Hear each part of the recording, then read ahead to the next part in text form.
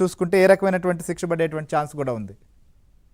ఖచ్చితంగా అండి. ఇప్పుడైతే ఏదైతే ఉందో అదేంటంటే ప్రస్తుతం మేడం కూడా చాలా కళ్యాణి గారు చాలా ఆవేశంలో ఉన్నారు. అదే ఆవేశం అనేది ప్రతి హిందువు కూడా తీసుకురావాల్సి ఉంది. ప్రతి హిందువులో కూడా ఆవేశం రావాలి. ఏంటంటే బాధాకరమైన విషయం ఏంటంటే హిందుత్వం మీద ప్రతి ఒక్కరు స్వేచ్ఛ హక్కు అనేది ఉపయోగించుకొని ఇష్టానుసారంగా హిందుత్వం మీద మాట్లాడడం అనేది చాలా అలవాటుగా మారిపోయింది. ఇప్పుడు ఏదైతే ఉందో వీళ్ళు ఆల్రెడీ కళ్యాణ్ గారు పెట్టిన సెక్షన్లు ఏవైతే ఉన్నాయో పెట్టిన కంప్లైంట్ ప్రకారం మూడు సెక్షన్లు 352 ఒకటి, 299 ఒకటి, 79. ఈ సెక్షన్లు అనేది చాలా చిన్న సెక్షన్లు అండి.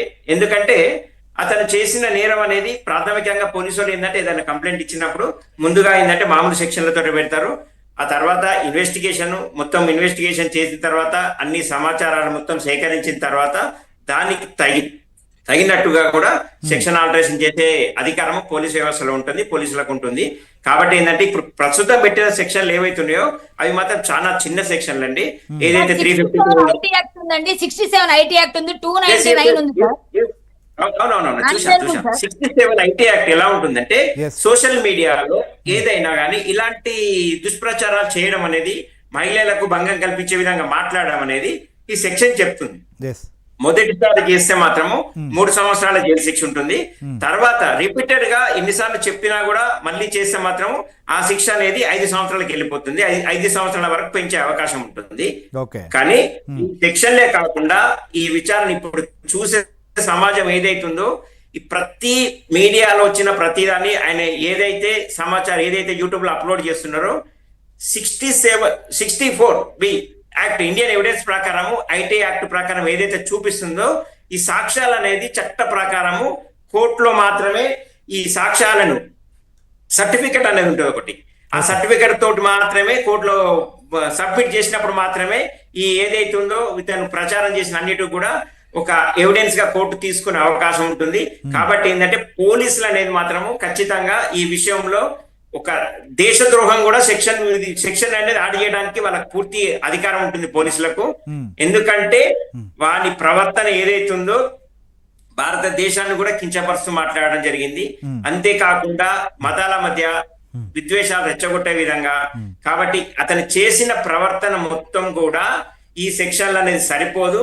కాబట్టి ఏంటంటే పోలీసులు ఏంటంటే పూర్తిగా ఇన్వెస్టిగేషన్ సమాచారాన్ని సేకరించిన తర్వాత మాత్రము అలాంటి సెక్షన్లు పెట్టినప్పుడు మాత్రమే అలాంటి వారికి కరెక్ట్ పనిష్మెంట్ అనేది దొరుకుతుంది. పనిష్మెంట్ ఎస్ రంగప్రసాద్ గారు, ఒకటి ఇప్పుడు సోషల్ మీడియా ఉంది కదా, తన చేతిలో మొబైల్ ఉంది, నెట్ ఉంది కదా అని చెప్పి ఇష్టానుసారంగా వ్యాఖ్యలు చేయడం, ఇష్టానుసారంగా మాట్లాడడం, ఇష్టానుసారంగా ఈ కొన్ని రకాల నేరాలు ఏవైతున్నాయో వాటికి పూర్తిగా చాలా తక్కువ దేశద్రోహానికి అంటే 3 సంవత్సరాలు మాత్రమే ఉండేవి.